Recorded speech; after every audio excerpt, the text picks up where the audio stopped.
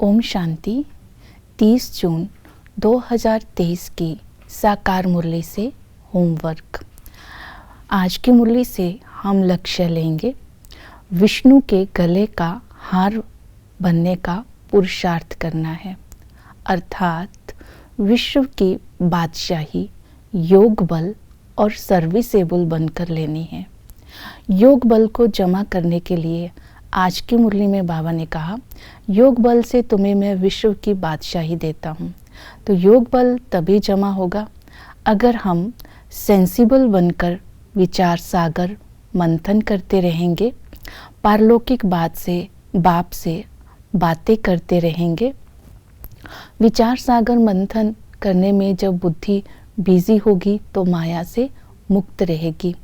भोजन को बाप की याद में बड़े प्रेम से अपने हाथों से बनाएंगे तो बाप भी वासना लेंगे, अर्थात आज बाबा की याद में भोजन बनाना है और खाना है। फिर बाबा ने कहा योग बल तभी जमा रहेगा अगर याद करते रहेंगे। याद करने की विधि है अशरीरी बन, अशरीरी बाप को याद करना है और बाप ही इस समय आत्मा का साथ सर्व संबंधों का अनुभव कराता है।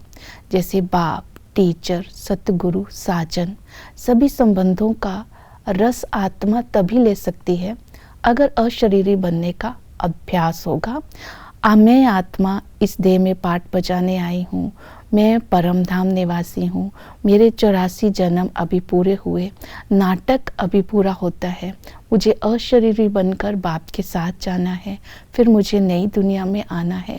तो ये चिंतन करेंगे तब हम सोल कॉन्शियस होंगे तो बाबा की याद आएगी और बाबा के संबंधों का सुख ले पाएंगे।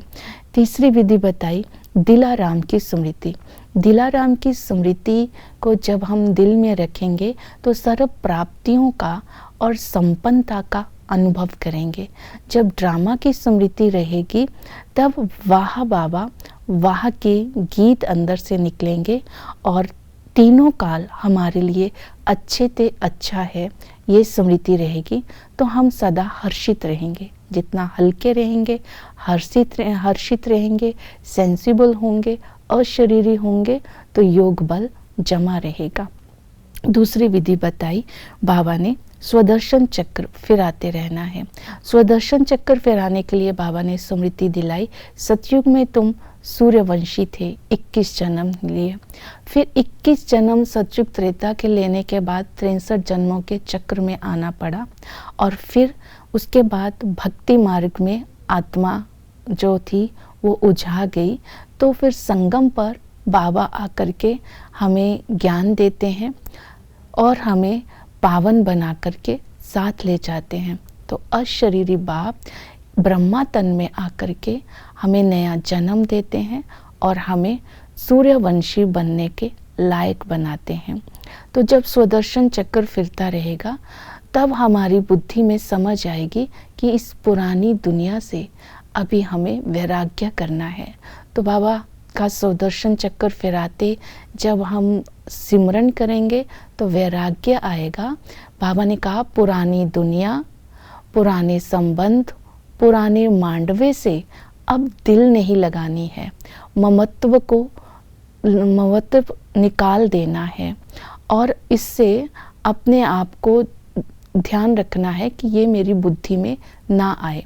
तो इसके लिए बाबा ने स्मृति दिलाई, ये पुरानी दुनिया खत्म होने वाली है, ये कब्रिस्तान है, ये रावण की शोक वाटिका है, अब तुम्हें वापिस मेरे पास आना है, इसलिए तुम अशरीरी बनो और इस दुनिया को भूल जाओ।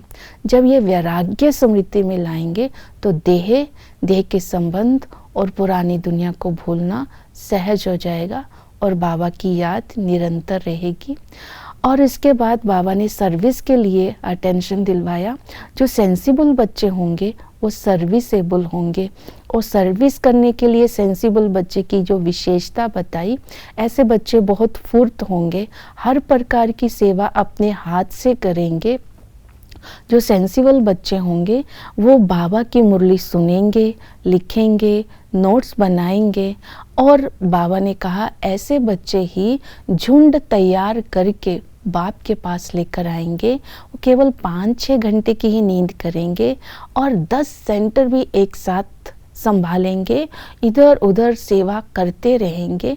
तो आज बाबा ने सर्विसेबल बच्चों को याद किया, और जितनी हम सेवा करेंगे उतना ही बाबा ने कहा इजाफा मिलेगा, अर्थात तुम्हें विश्व की बादशाही मिलेगी।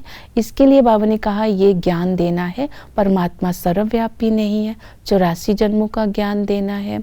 और 84 जन्मों के ज्ञान के साथ बाबा ने ये भी अटेंशन दिलवाया, बड़े बड़े यूनिवर्सिटी में, कॉलेज में, बड़ी दुकानों पर जा कर के लिटरेचर और चित्र ये इसके ऊपर समझाना है, श्री कृष्ण के चित्र के ऊपर और गोले के चित्र के ऊपर। बस में, ट्रेन में, ट्राम में, इन सभी जगह पर जाकर के सेवा करनी है। तो जितना सेवा करेंगे उतना ही मन बुद्धि माया से मुक्त रहेगी, और हम माता पिता को फॉलो कर सर्विसेबल और योग बल दोनों का बल जब जमा होगा तो सूर्यवंशी राजाई में आ सकेंगे। ओम शांति।